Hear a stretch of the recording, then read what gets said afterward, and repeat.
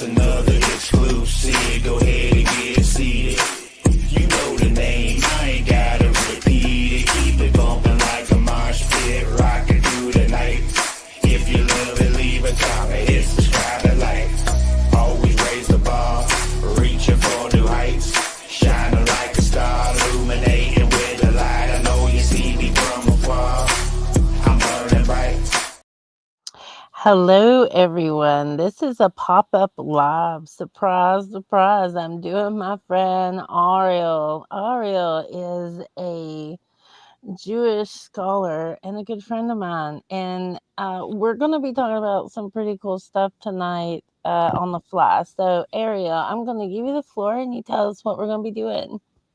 Yeah, so just to give some context to all this, I had heard about some of the stuff we're going to be talking about kind of like, not even in whispers, but I'd heard it mainly from evangelicals or from, generally right-wing Christians. And so I kind of just completely ignored it because I mean, not to be judgmental, but I kind of just thought it was, just in their imagination, for lack of a better term.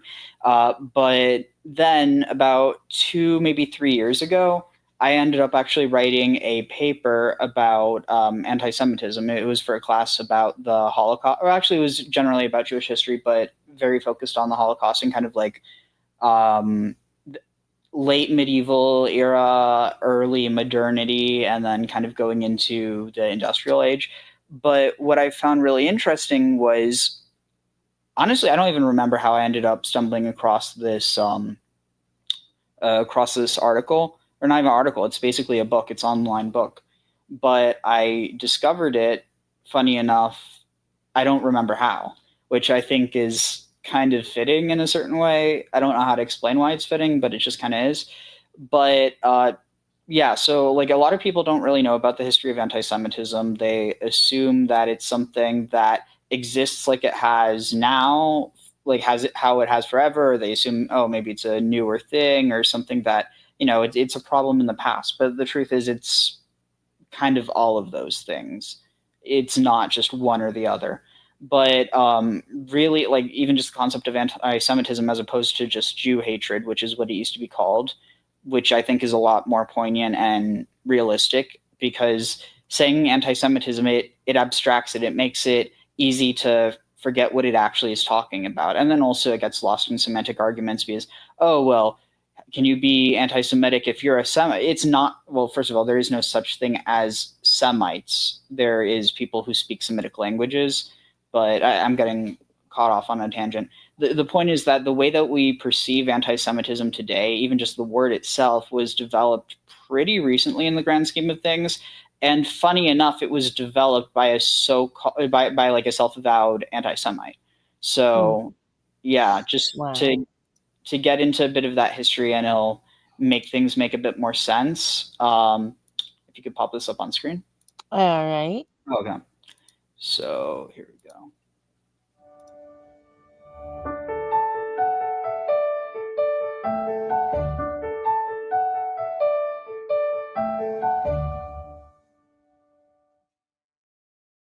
Willemar was the one who coined the term anti-Semitism.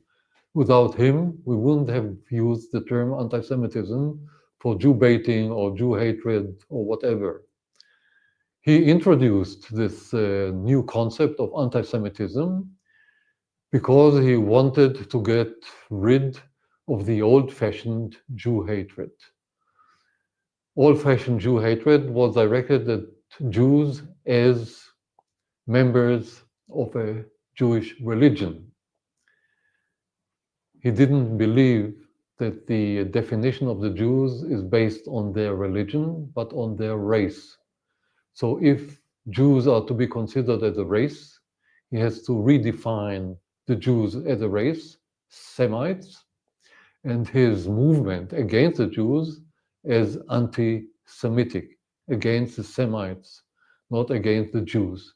This was his contribution to the whole history of Jew hatred, which is much longer than the history of modern anti-Semitism. he introduced this concept of anti-Semitism in the year 1879. 1879, that is, against the background of unified Germany, 1871, when unified Germany was in a deep social crisis, to which he tried to find a way out of the crisis. Social Democrats wanted a socialist revolution. He wanted a revolution against the Jews. So he created the anti-Semitic movement. What is interesting is to see to what extent the new movement called anti-Semitism and the new league that he created, the Antisemitenliga, was under the influence of old-fashioned anti-Semitism or old-fashioned Jew hatred. All the elements of religious hatred of the Jews was introduced into modern anti-Semitism. So in the end, anti-Semitism was a combination of racism, which was new, at least from the so-called scientific point of view, and old-fashioned preconceived ideas against the Jews in social life and as members of a foreign religion. It is a combination. So, like many things that try to be revolutionary, anti-Semitism as a new concept became a mishmash, a combination of old and new elements of Jew hatred. This is the contribution of Willemar to the whole movement, which we know is called anti-Semitism. What is very important is that he was a thinking man, and over the time he came to the conclusion that his way to solve the social question by directing the question at the Jews is not the right one. And he became let's say, repentant anti-Semites at the end of his life, but nobody paid attention to it. He wrote his memoirs. He wrote a new book about his being has-been anti-Semite, but this is something that he couldn't publish. I published it much later. And this is why what his imprint is mainly concerned with the creation of the concept of anti-Semitism, not with the way out of this concept. So that went into a little bit of what I was talking about. So before... Hello, Angie. Hold on one second. Hey, Angie. Welcome, girl. Okay, go ahead, Ariel. Sorry. No worries. So yeah, this went into a little bit of what I was talking about. Wilhelmar was the first person to coin the term anti-Semitism, but I think that it's important to actually look at what inspired me to start looking into this all. First of all, I just think it's kind of funny. This looks a little bit like the Windows logo. Some people might look deeper into that. I think it just is a basic resemblance. But yeah, so we'll just start reading a bit and then we'll discuss where relevant. So this is The Rainbow Swastika by Hannah Newman. So just to go down here, I put this in the description as well, but who is this Hannah Newman and why should we believe her? So this is her talking. I'm a nobody, actually. I have no academic degree, even remotely related to this field. No list of published books, teaching stints, or associations with big names. No sponsors, no financial backers, no authority endorsing my efforts. I have never lectured on the subject, nor do I ever intend to. This research is not connected with my job and was done completely in my spare time over several years. Among other things, this means I have no reputation to protect, no superiors to satisfy, except for the God of Israel. So just one thing to note, she is an Orthodox Jew, so this is going to color some of her perspectives, but when you're dealing with objective facts, perspective is like you can push that aside and you can focus on the objective facts. Right. So, so except the God of Israel, who I acknowledge with no apologies, no agenda for fame or notoriety, no reason to lie to you. For you, the faithful skeptic, that's good news. You'll have to judge the material on its own merits. To that end, I've supplied you with plenty of sources and links. I'm available to answer questions and challenges by email. Might actually reach out to her sometime.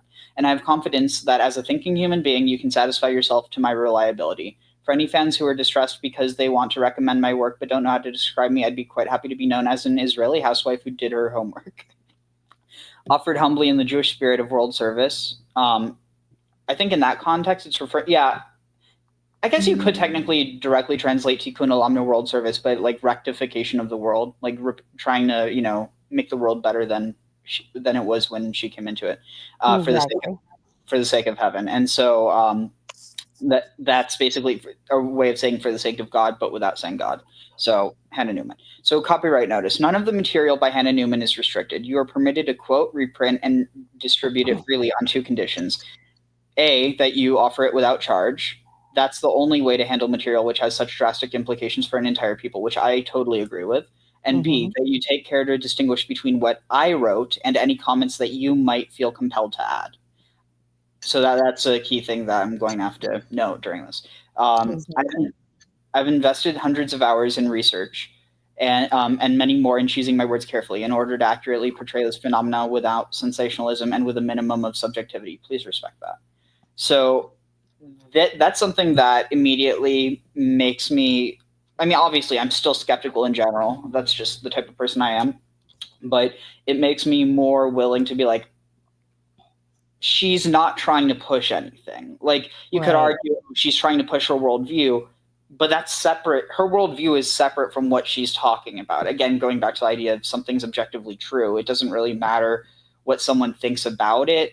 Like obviously it matters, but like for the sake of researching it, it doesn't. The Rainbow Swastika, a report to the Jewish people about New Age anti-Semitism by Hannah Newman. And if you want to contact her, you can contact her at freeway@netvision.net.io. Welcome to One Jew's analysis of a kinder, gentler final solution. The links below will take you behind the scenes of a worldwide phenomenon which is familiar to all, but is seldom recognized for what it is, and certainly not amongst the Jewish people. The phenomenon has triggered a paradigm shift that is pregnant with a brand of anti-Semitism both new and frighteningly familiar. It has carried its seeds throughout our global environment to the point where you will be tempted to disbelieve what you are reading. That's fine. Be skeptical. Check it out for yourself. Everything is documented. The most shocking thing is that this warning has been sounding since 1980. Why haven't the Jews heard about it before? Because the warning was coming from Christians. This is exactly what I said. Now, given this isn't anything about, oh, you need to accept Jesus, otherwise you're going to hell. That's not the warning that the Christians are giving.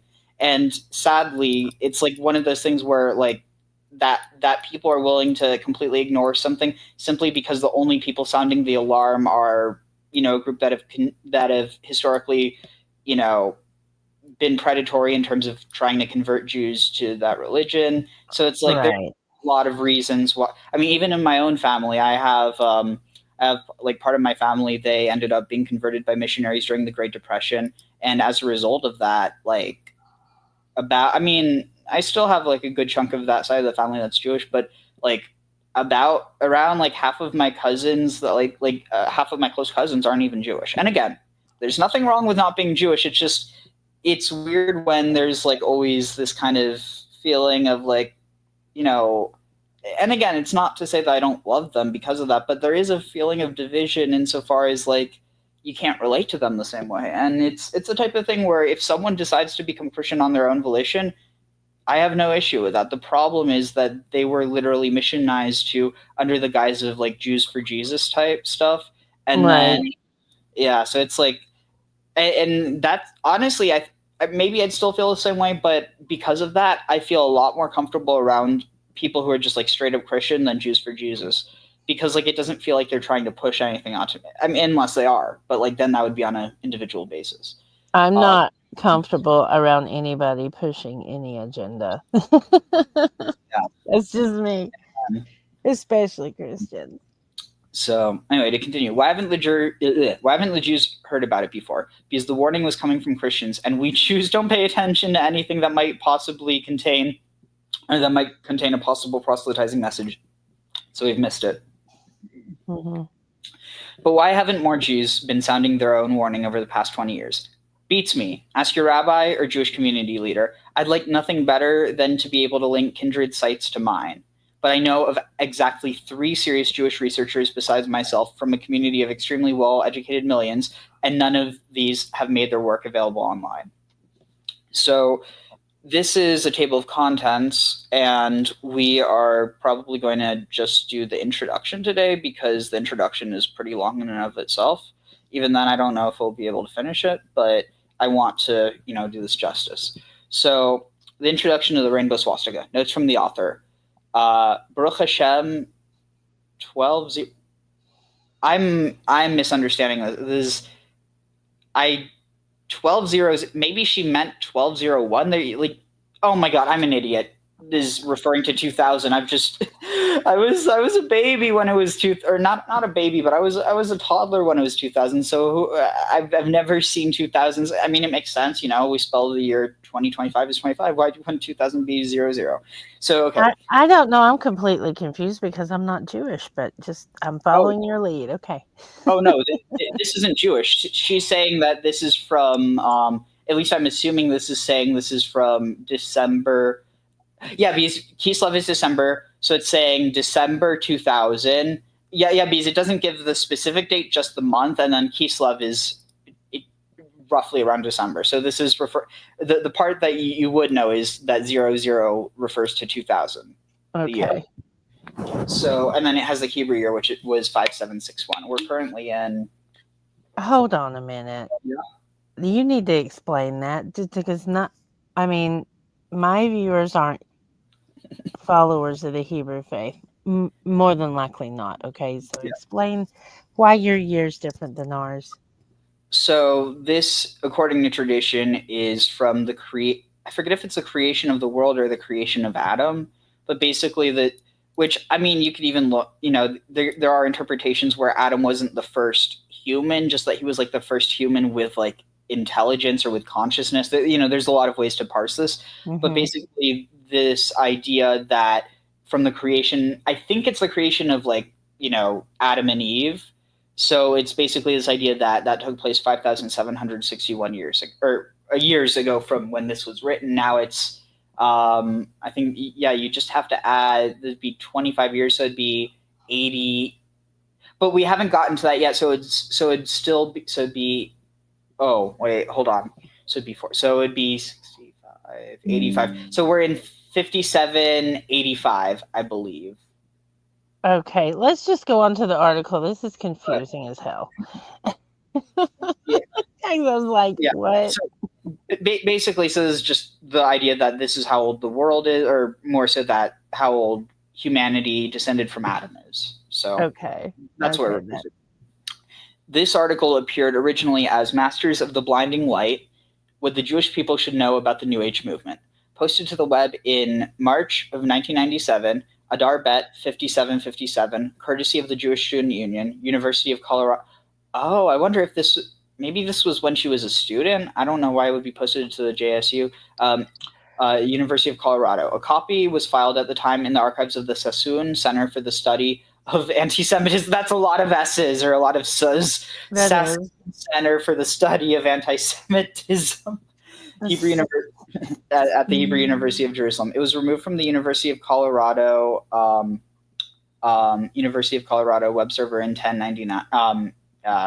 October 1999 without notice or explanation. But for those interested, it can still be found on other sites. This is a newer version with many important additions, as well as updated facts and better links. As before, all the material in the series is drawn directly from New Age leaders themselves. Also, she's going to go into this, but I'll just preface it as well. This isn't to say that people who are involved in the New Age movement are bad. It's more so like the agenda behind it. And again, there's nothing wrong with, exploring, different spiritual or religious traditions. It's more so the context in which they're being filtered down to you.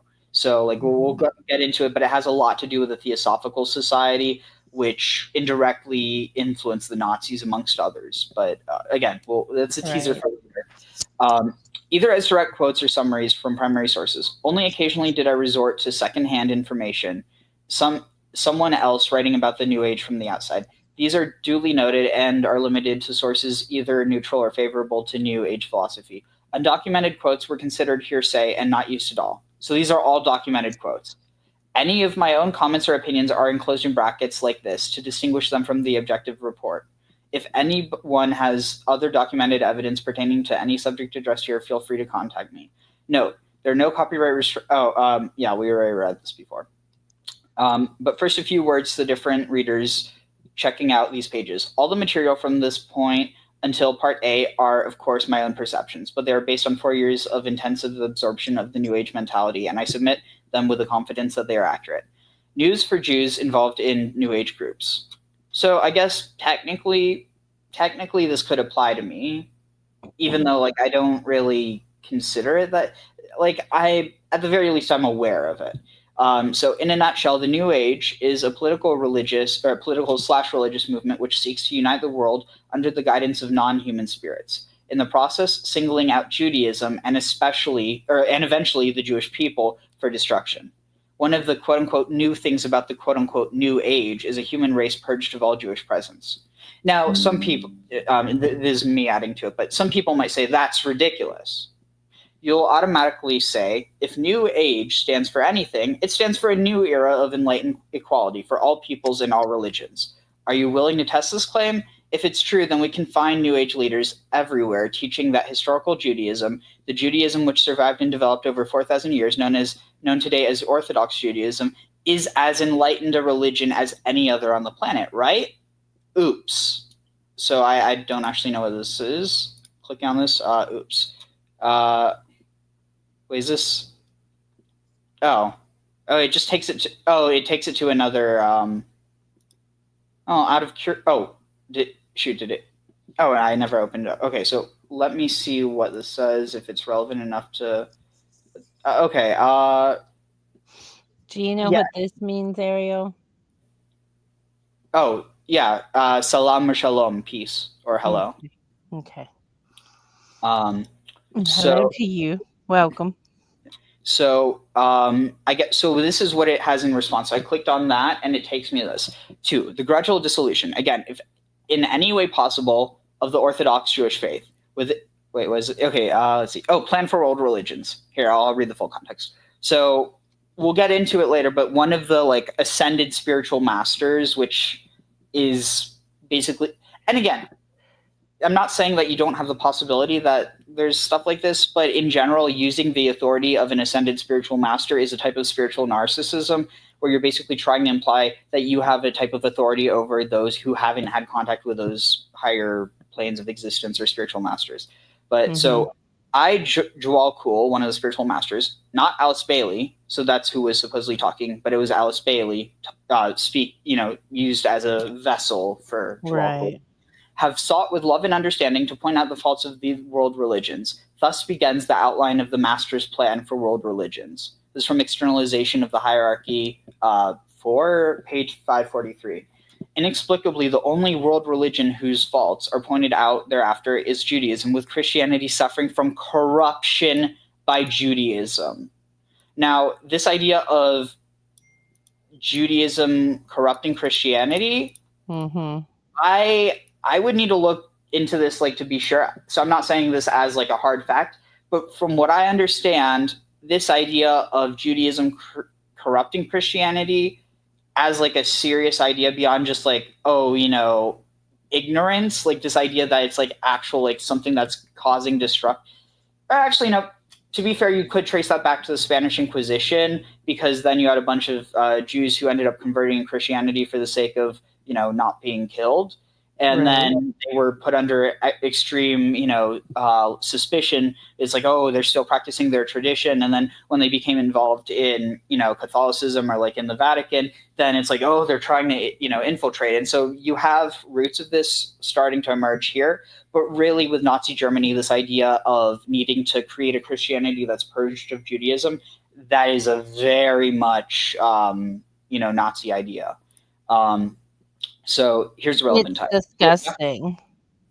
Yeah, it really is, especially because, like, even though I might not agree with it, there are ways of viewing Christianity as, like, a type of mystical Judaism, like if you're viewing it with that certain lens. But again, I think that could easily just be used as a way of trying to ultimately convert Jews. So it's like I'm still suspicious of stuff like that. But the point is that Christianity is fundamentally a Jewish religion that just ended up becoming universalized later. Right, right. Well, and what type of Christianity is this referring to? Because if we're talking about like the way Christianity is run in the South, spare the rod and spoil the child. Children are to be seen and not heard, and women are to obey their husbands. So, if they're trying to cleanse anything from Christianity, it would probably be some form of sovereign independence and free thought. So also just to kind of touch on one of the things you said, was it spare the rod, spoil the child? Mm-hmm. I think I'm pretty sure that actually, I'm pretty sure that actually, yeah, it's from Proverbs, but the thing is, it's completely misunderstood. And I do just want to bring this up because I feel like it's relevant, because it does go into showing how different, and also not to say that Christianity doesn't have its enlightenment, but a lot of this stuff would also be available to Christianity if they really understood the Hebrew more. But let's see. Oh, well, I actually I got into the occult years later, got into the Golden Dawn and studied Hebrew mysticism under Golden Dawn, and Yep. realized that my upbringing was much more mystical in context than I was ever led to believe. Yeah, a lot of it's Just by the emotions and the energies that you feel when you're singing the hymns in church. All right, let's see. Am I able to There's find words it? and there's concepts and associations that, Jewish people know of that, not many Christian people do, unless they're like some Greek Orthodox. So to give some context, so this is also interesting because I think this might be, is it the same?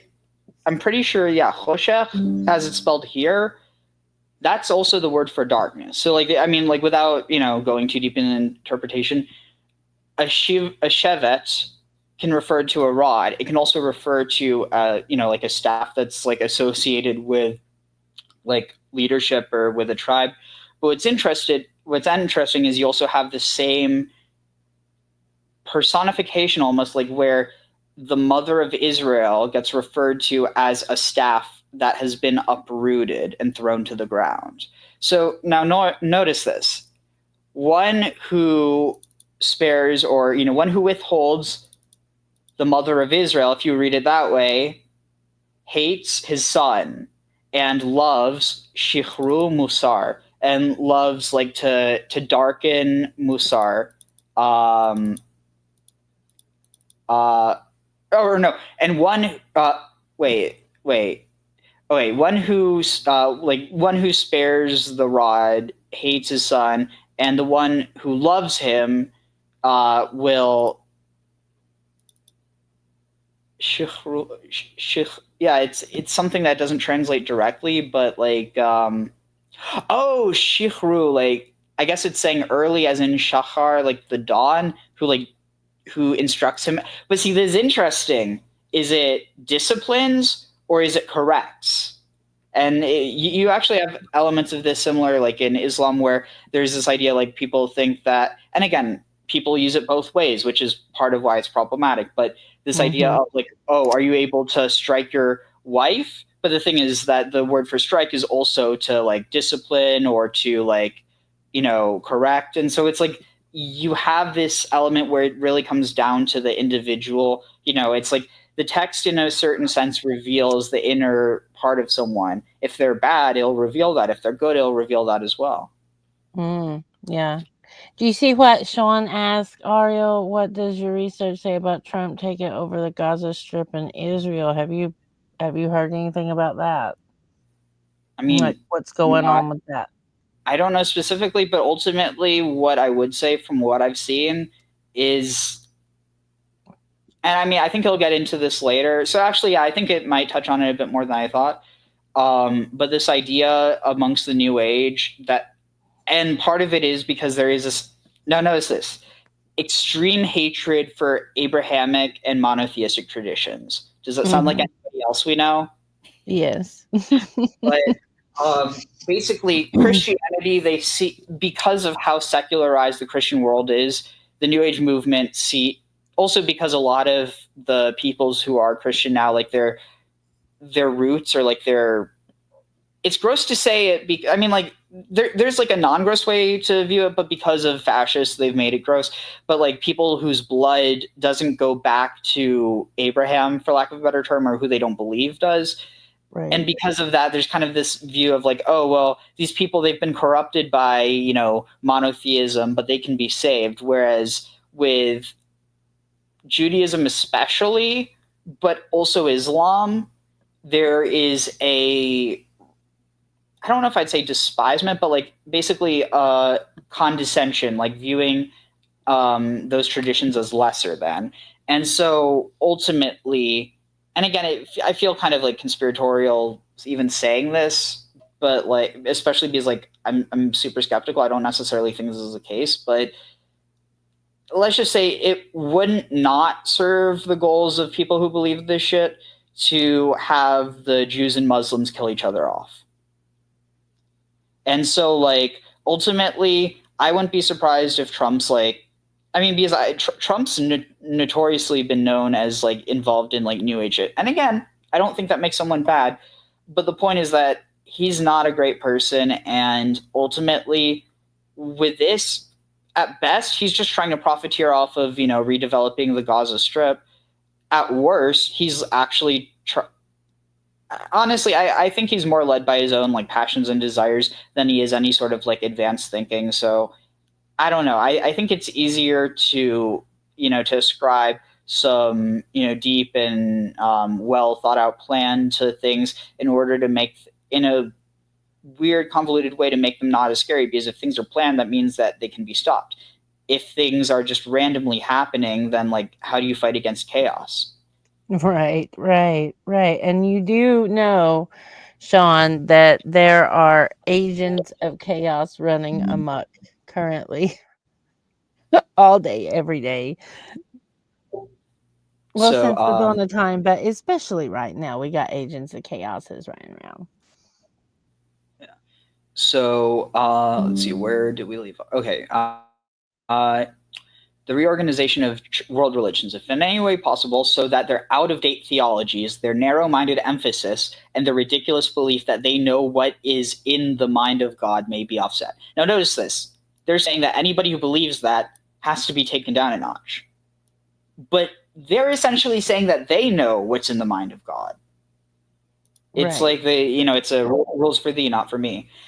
In order that the churches, emphasizing the churches may eventually be recipients of spiritual inspiration. So they see the churches as being redeemable, but they don't say anything about synagogues or mosques. Notice that.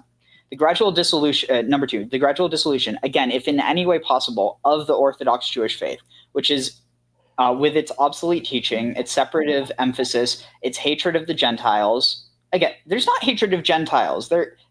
Any hatred that exists is likely a result of persecution, but there's literally this idea of you're not supposed to hate your neighbor, or like even looking at Egypt, even though the Israelites, the narrative is that they were enslaved for like, I think 400 years in Egypt. You're not supposed to hate an Egyptian, for you were a stranger in their land. It's not saying hate them because they enslaved you. It's literally talking about, understanding that, they're not responsible for what the Pharaoh did. But it's all divide and conquer propaganda, Ariel. That's all I say. Yeah. Divide and conquer propaganda. Let's see. So where were we? It's and its failure to recognize the Christ. Notice this. It says the Christ. It doesn't say Jesus, which is kind of interesting. Mm-hmm. We note elsewhere that a separative emphasis, such as maintaining a Jewish identity, is enough to notice this. Elsewhere, we note. I'm just going to click on this as well so we can see. Oh, this is too far afield. We can go into this later. We note elsewhere that a separative emphasis, such as maintaining a Jewish identity, is enough to classify someone as part of the problem. Notice this. they're literally talking. Well, so I mean, this is her words, but she's describing this idea of a Jewish problem. Now, have you ever heard those words before? Yeah. It's all through occulted literature. Wait, what? What is? Huh? What's part of occultic literature? Separate. Okay. Go back. Where were you at? Number 2? You were at number 2, right? Let's see. Yeah, that such as maintaining a Jewish identity is enough to classify someone as part of the problem.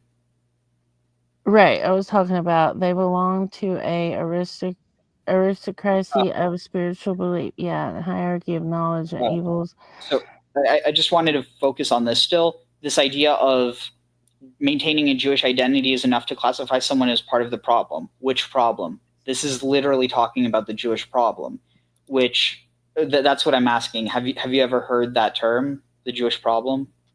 No. So this is literally like in the same way that you recognized occult language, going further, the Jewish problem is literally something that, like, it basically, this is trying to find something that is able to describe it very short. Mm-hmm. Yeah. I want to ask this, WM, enslaved by who? Like, who enslaved the Gentiles indefinitely, but only the Judaic people for 7 years? Okay, who owns the right to enslave anybody? Yeah, I mean, that the problem is that it is like, the problem is slavery. At the end of the day, there's preparatory treatment, but like you see that within every group, for more or less. Any society that has slavery is going to more likely than not prioritize how slaves from or enslaved peoples from that own culture are treated, or who are from like the elite or the the in group of that one society. So like I don't think it's right, but I think that ultimately you're kind of, I mean, I'm not saying that you're doing it on purpose, but it is kind of missing the point. It's not having anything to do with what's going on now. And that's never been something that's actually been like, except for when slavery was already a societal norm across the world, that wasn't something that, and basically as society progressed from that, stuff like that fell away. Okay, he says the laws of Moses, guidelines for enslaving both Jews and Gentiles. Oh, so are you talking like of Noahide laws? No, that's not the Noahide laws. He's literally just referring to the laws around slavery. It's not like there's, these are laws on how you enslave people. It's a matter of when slavery was a thing in the ancient world, they had to have laws around it. In the same way that, prostitution, it's illegal now. But when it was legal, they still had rules around it. Just because something's legal doesn't mean that there's no regulation. And again, it doesn't mean that the regulation's good. Right. Right. So getting back to this, where were we? Oh, right. See, Zero, I know you mean well, but sometimes you really distract me from... Okay, I won't bring Zero stuff up no more. No, you can. It's just, if it's relevant. Okay, let's see. Let's see. Is this going to go into it? Okay, perfect. This is. Wait, is it? At the moment, I would like to welcome.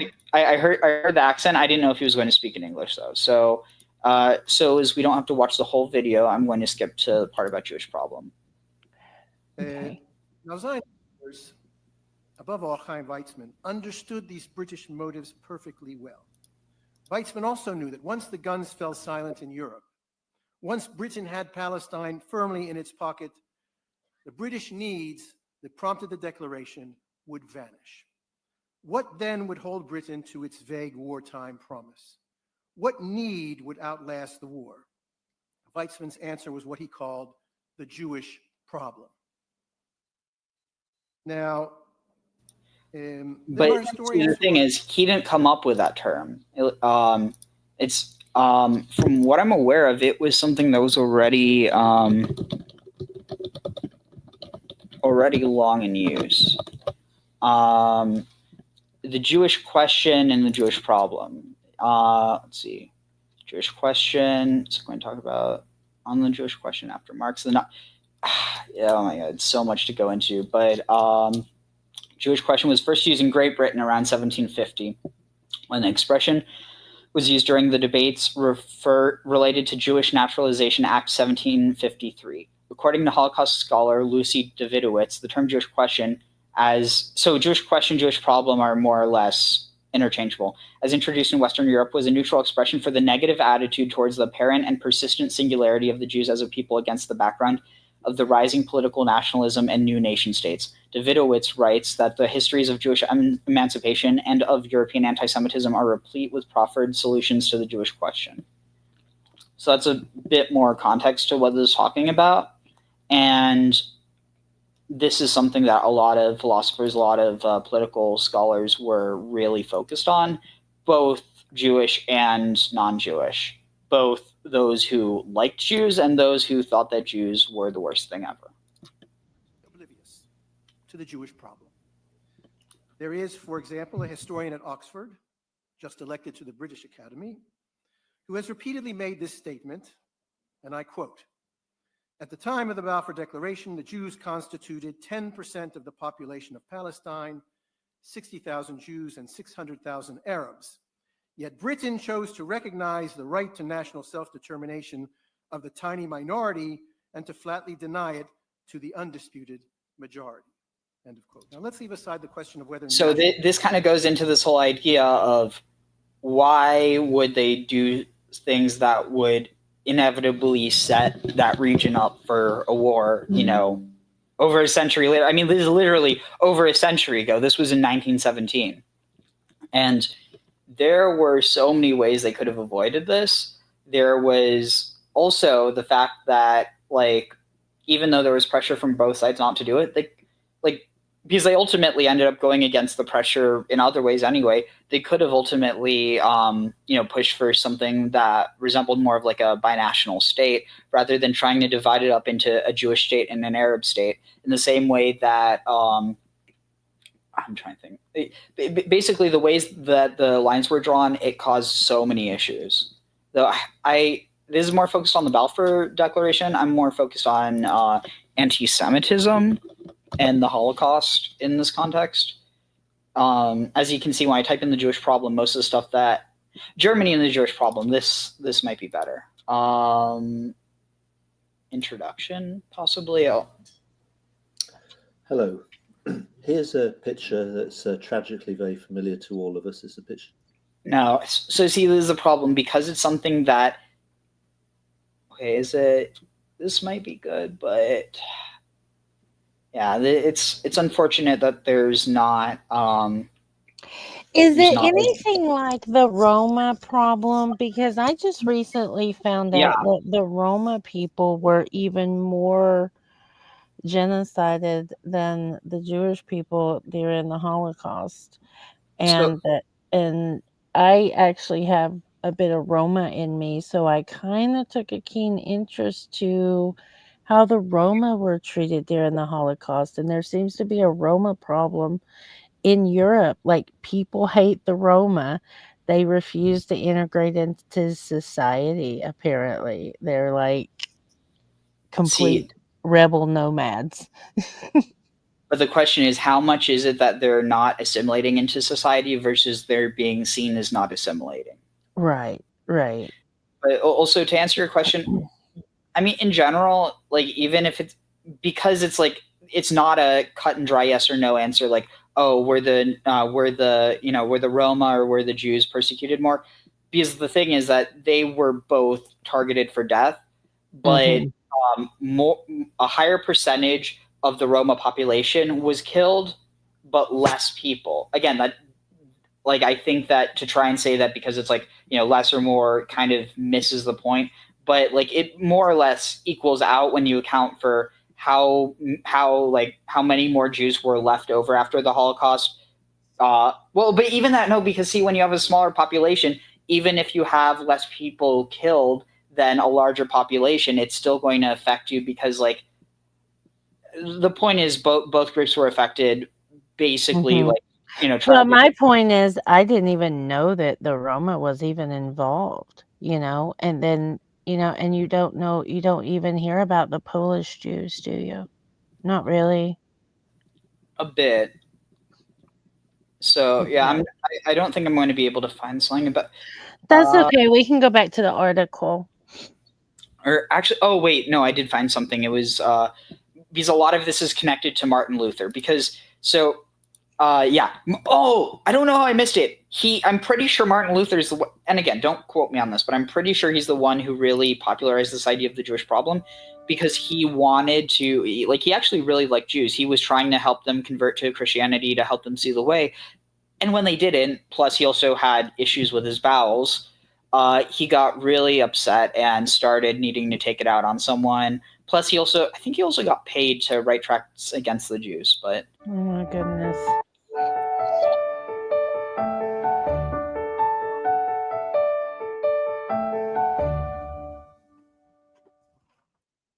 yeah, this should cover it. Let's begin our examination of anti-Semitism in the modern era by focusing on the 16th to 18th centuries, a time known as the early modern period. Marked by major trends and movements such as the Protestant Reformation and the Enlightenment, the early modern period brought with it dramatic political, economic, and religious change to Europe. It was also during this time that the European exploration and colonization of the Americas, Africa, and Asia took place. This led, among other things, to modern globalization. There's also early forms of capitalism. Another thing that needs to be addressed.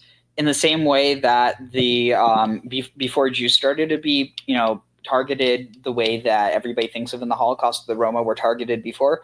But even before that, a lot of quite a few fathers of Nazi war criminals were actually involved in the Harera-Nama genocide in Africa when Germany was colonizing, I think it's Namibia. I forget if that, I forget what countries it is now, or if it's Namibia now. I'm really bad with geography in sub-Saharan Africa. But the point is that Germany got its taste for blood, got its taste for genocide by killing off the Harera and Nama people. And was it modern day? Oh, is it Rhodesia?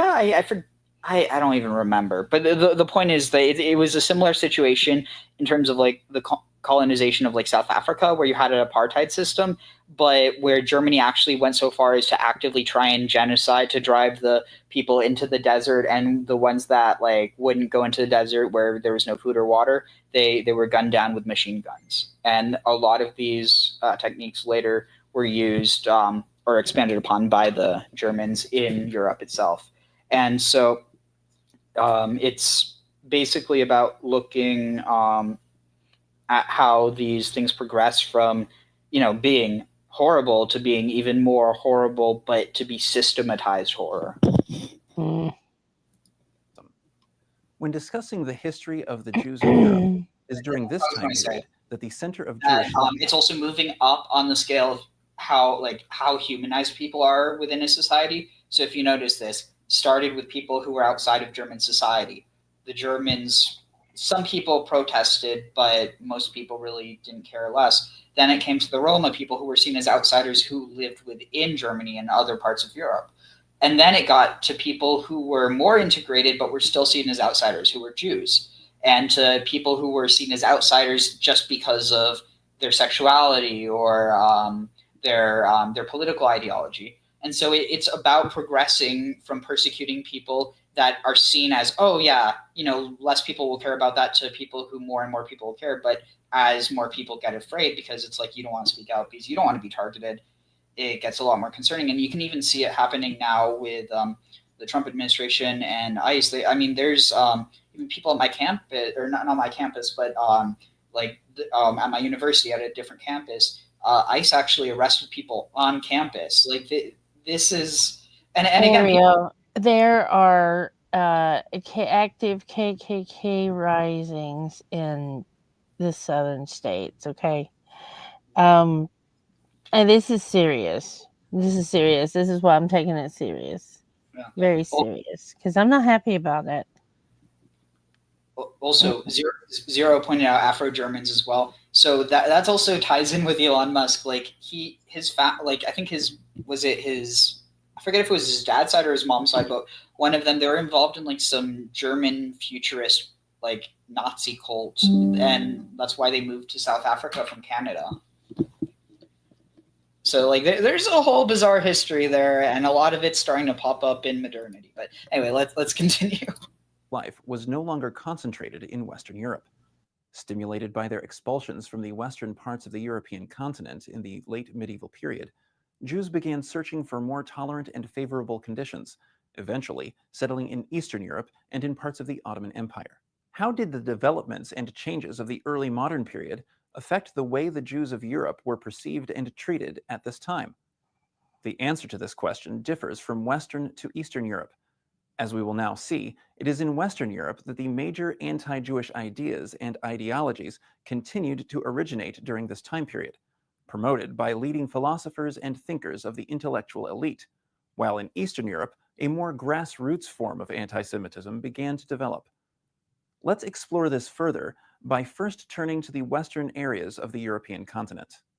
If during the Middle Ages we see that the spread and formation of anti-Jewish ideas coincide with the major Jewish centers of Jewish population. In the early modern period, we see a paradox appearing. The anti-Jewish ideas continue to be produced in the Western Europe, but the major centers of Jewish population are moving to the eastern parts of Europe, to the Polish-Lithuanian Commonwealth, and also to the Ottoman Empire. This production of anti-Jewish ideas even intensifies in the Western regions in the early modern age.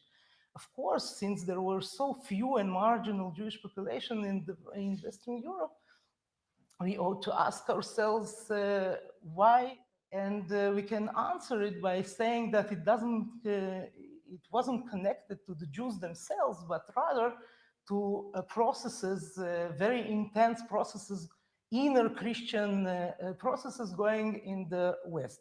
First of all, new ideologies and new movements like humanism, like Reformation, like the scientific revolution, like literally occultism was at the center of all of first signs of new thought, of the new thought movement, and so on.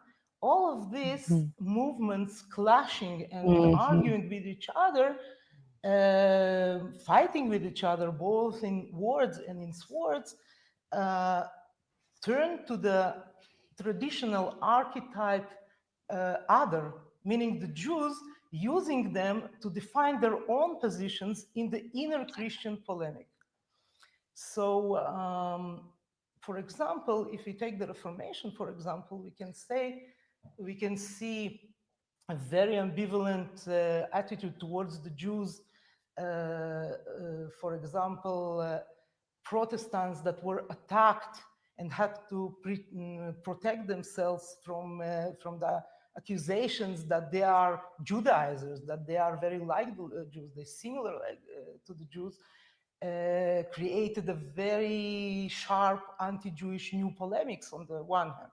But on the other hand, of course, when trying to define their own identity against the Catholic Church, they turned to Judaism. They had great interest in Judaism, learning Hebrew, translating the Bible from the Hebrew, showed interest in the, of course, and this is the context that Western occultism really emerges in how we understand it. Jewish prayer books. All of this was very, very ambivalent, and this ambivalence is also impersonated in the founder of Protestantism, in Luther, Martin Luther, which also in his early works, in his famous work, Jesus the Jew, for example, showed very, very, very positive tendencies towards the Jews, criticized the traditional church attitudes towards the Jews, and so on. When he wanted to define himself against traditional Christianity.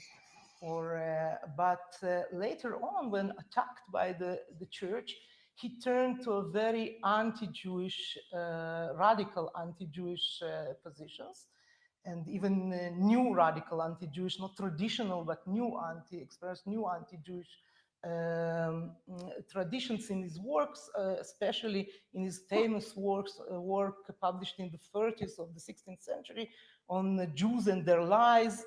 There he went even against the traditional tolerance doctrine which helped the Jews to survive in Western Europe during the Middle Ages, abolishing that tradition and going out not only against Judaism, but against the Jews themselves. So that really describes the Jewish problem. So it's something that truly emerged out of, also has a lot to do with emancipation, but I could say that another time. Well, I want to talk about this in depth because you were talking about, hold on a second. I had to clear my throat well. So you were talking about that was the emergence of occultism. So of course, when you say occultism, the occult examiner's ears peak up, right? Because what I am learning is that what the Gnostics did was they kind of stole from everybody to make their own traditions and their different types of traditions. And so in the occult, there is Kabbalah. You cannot dodge Kabbalah when you get into the occult. And I've always wondered about that connection, right? Like when the Kabbalah first emerged, okay, when it was kind of confiscated by occultists, when they decided that they were going to use it within their systems. So, do you know anything about that? Yeah, it actually ties right into what we're talking about. Good. Into history with Johann Reuchlin, a luminary of the Renaissance, an erudite scholar of Greek and Hebrew. This tale begins in the heart of Pforzheim, Germany, where Johann Reuchlin was born in the late 15th century. His early years were spent immersed in the classics and education, a young mind thirsty for knowledge, already showing signs of the Renaissance man he was to become. His intellect was not just a testament to his persona, it was the essence of his existence. Eager to learn, Reuchlin embarked on a journey of knowledge that led him to Paris, where he studied Latin, Greek, and Hebrew under some of the most esteemed scholars of the time. He was a beacon of light during the Renaissance, not just in his homeland, but also in the European continent. His unabridged dedication to learning and his relentless pursuit of knowledge made him an instrumental figure in the era of the Renaissance. He was a man who believed in intellectual freedom and the power of humanistic learning, a belief he held close to his heart until his last breath. Reuchlin was not just a scholar, he was a maestro of languages. His in-depth understanding and mastery of Greek and Hebrew led him into the realm of philosophy and theology, making sought-after scholars of his time. His contribution to Europe... Oh my God, imagine if he could only hear what, who's claiming, he'd be rolling in his grave. He'd be like, I know Greek and I know Hebrew, you imbecile! True. Theology, making sought-after scholars of his time. His contribution to European culture was not just limited to scholarship. Reuchlin's push for humanistic learning led to a shift in the societal perception of learning and education, which brought about a new awakening in the minds of people. His works and teachings continue to inspire scholars and academicians, leaving an indelible mark on the intellectual landscape of Europe. Reuchlin's story is one of determination, courage, and an insatiable thirst for knowledge. His life serves as a testament to the power of the human spirit and the importance of intellectual freedom. It's just AI slop. It's just restating the same thing that it was before. This is better. Who was Johannes Reuchlin, and what was Luther's view of him? In his beginnings, he was very, very enthusiastic, and Luther supported Reuchlin, especially in the battles against what is called the Dunkelmänner,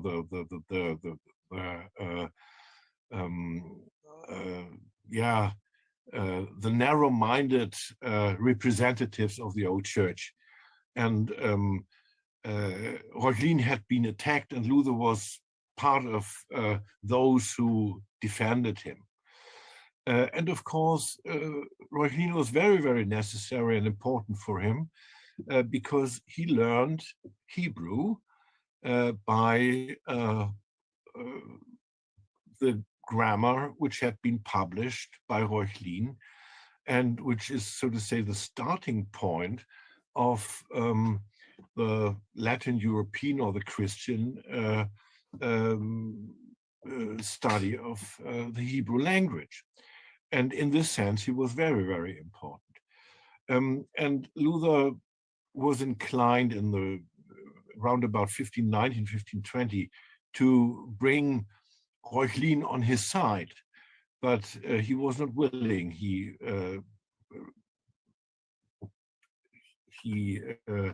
kept being part of the Roman Church. Also, beyond that, Reuchlin was actually an ally of Jews. On the other hand, there's a great difference between Luther and Reuchlin concerning how to deal with the Jewish people in his own presence.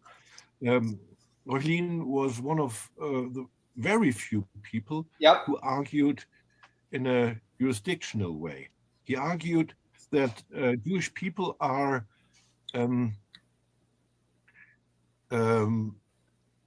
members of the Roman Empire and therefore had a certain legal state. And they weren't allowed, it was impossible to do anything against the state. So you can't rob a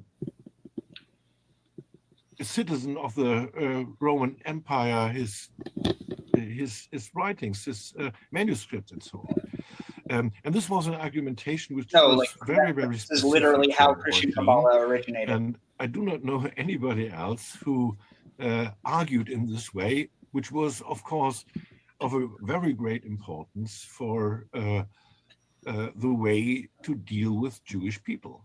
Oh, I didn't realize it was a part two to, what was the first thing you said? According to some sources, the Knights Templar and the family of Kabbalist Nachmanides recovered the original scrolls of the Zohar from beneath it. Oh, I don't know about that, but the Christian Kabbalah was originated primarily by Reuchlin's translations. So, not to that, but to what I was saying. And can you define Semite? Semites don't exist, for lack of a better term, in the same way that, like, Germanics don't exist. And, like, there's Semitic-speaking peoples, there's Germanic-speaking peoples, there's Latin-speaking peoples. But, like, for instance, there was never a group of people that called themselves Semites. You can say there was a group of people that called themselves Latins, because they did. Whereas with Semite, it's really referring to the concept of the descent from Shem, which is, biblical. So obviously you have the issue, okay, are you going to call people who don't even, like, I mean, it's not as common now, but, like, it seems kind of strange to refer to someone from, say, polytheistic Arabia that worships multiple gods and doesn't even probably believe in Shem, possibly. And it's like, oh yeah, he's descended from Shem, and he's just ignorant to the fact. But so it's not really, like, because we do use Semitic to refer to a language group, then it's important to refer to it that, because, like, short of getting everyone to change. But the point is that it is used to refer to the entire language group, including parts of, like, Northeast Africa, West Asia, and I mean there's even Semitic languages like Aramaic that went as far as to China. But what's this? I wanted to say, hey, Vesper, good to see you. Good to see you. Uncanny Mountain. We're supposed to be reading a book, not trying to debate, but literally anyone can claim to be from Shem. Likewise, I can say I descend from a purple unicorn. Okay, so we're reading from a book. We're not debating whether you're a unicorn or you're a troll. It is important to point out, though, that anti-Semitism, if you're getting caught on the Semitism part, you're going to miss the entire point.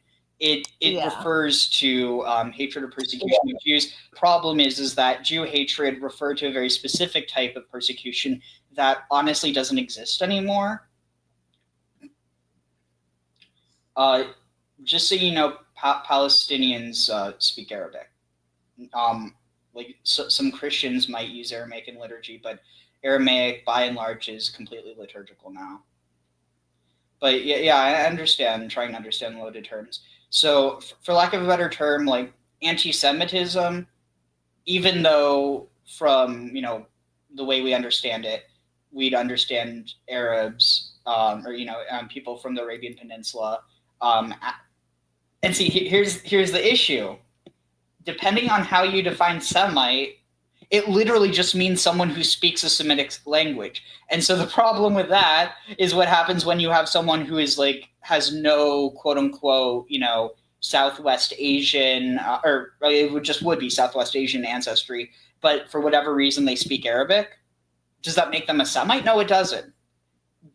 But that's kind of part of the problem. There is no such thing as a Semite. There's people who are identified as Semites, but that doesn't actually make them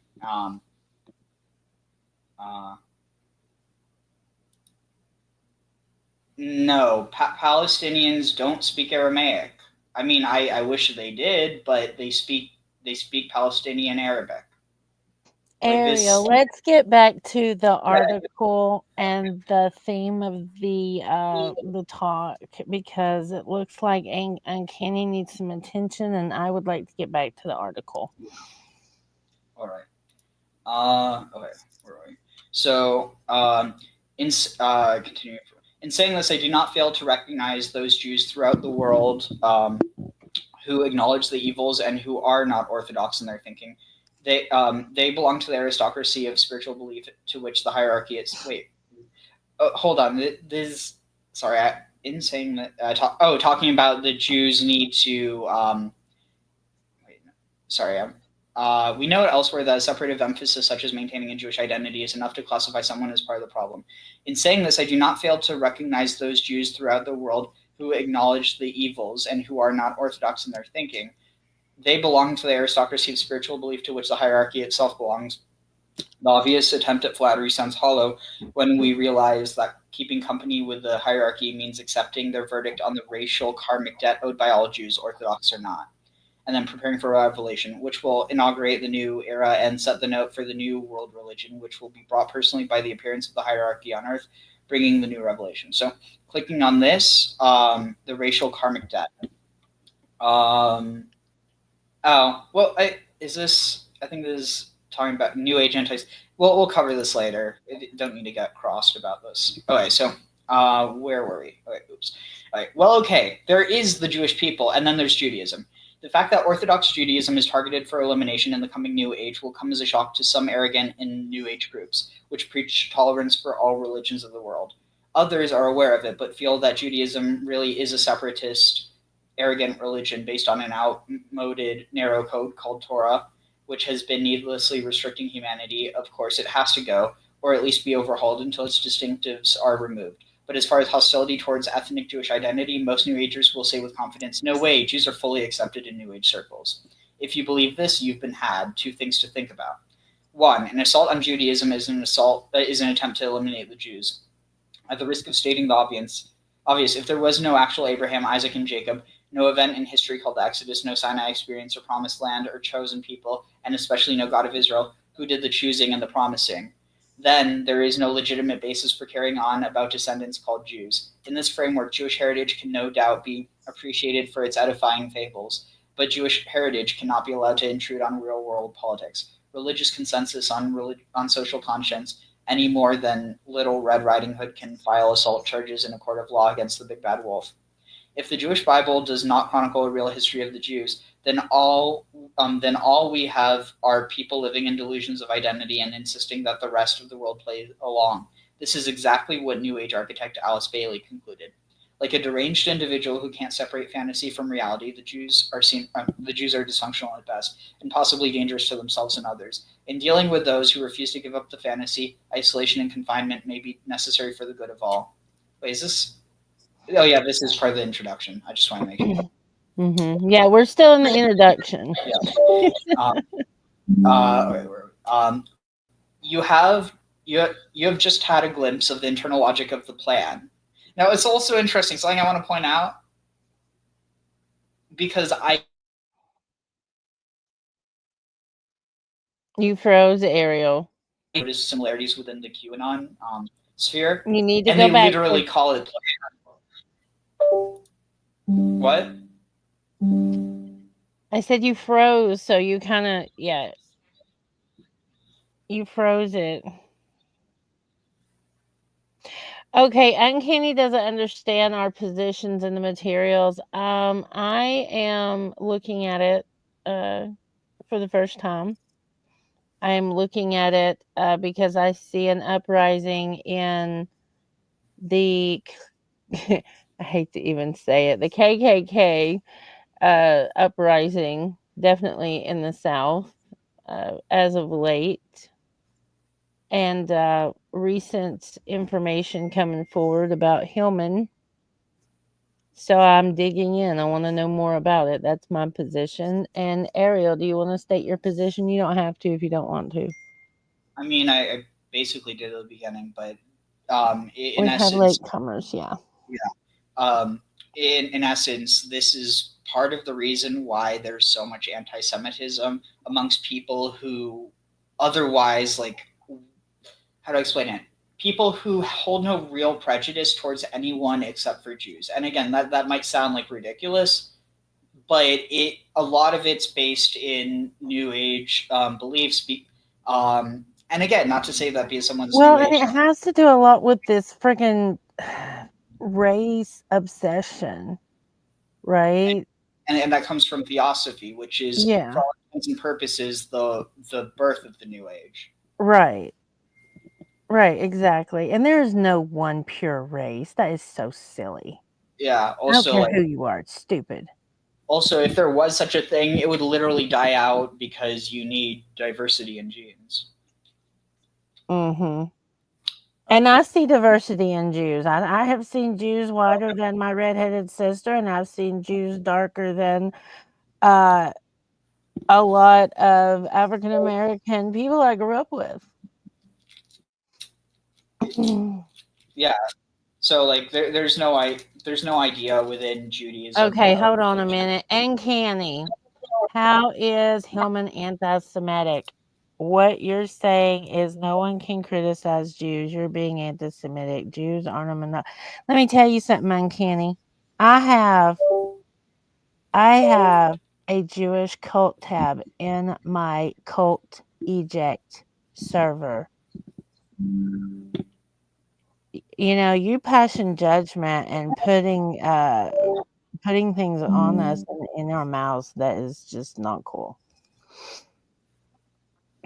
You just over here to start something. Yeah. You said it's Also, a like, language, not a race. Race doesn't exist. That's why the benefit in races is racism.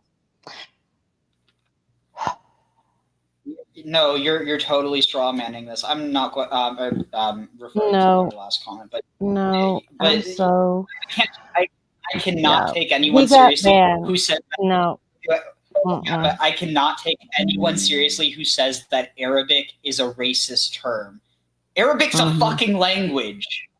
Like, how delusional can someone be? Imagine given, you know, I don't have it also, I mean, the thing is that because you have the term itself is loaded because it doesn't necessarily mean someone who's Arabian. It means it could mean someone who just speaks the Arabic language. The point is, I don't speak the Arabic language, so in any case, I'm not Arab.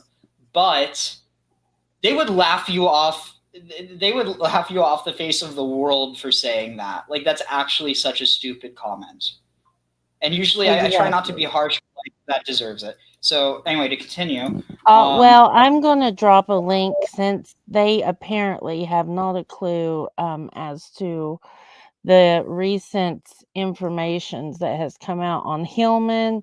There is the video that shows the agenda of Hillman.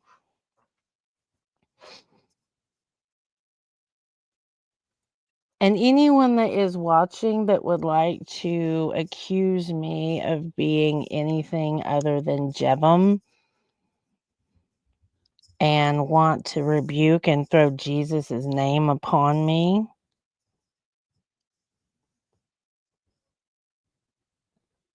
you all really need to grow up. This is getting really, really sad. Really sad. I mean, are we high school kids?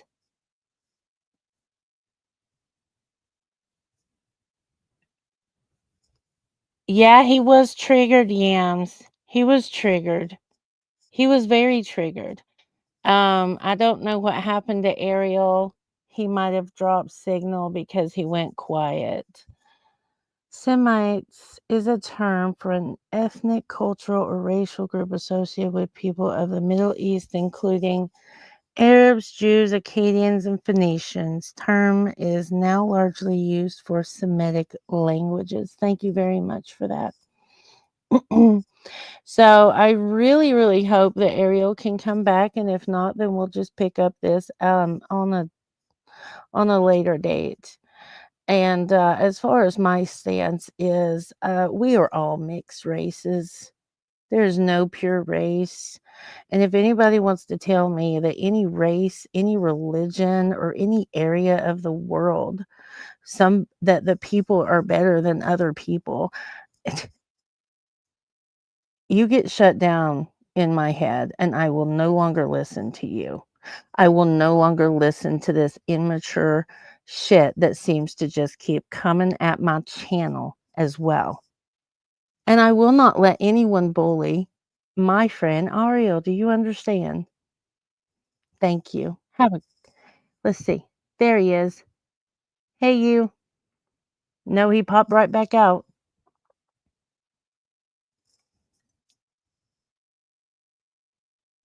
We'll give him a little bit.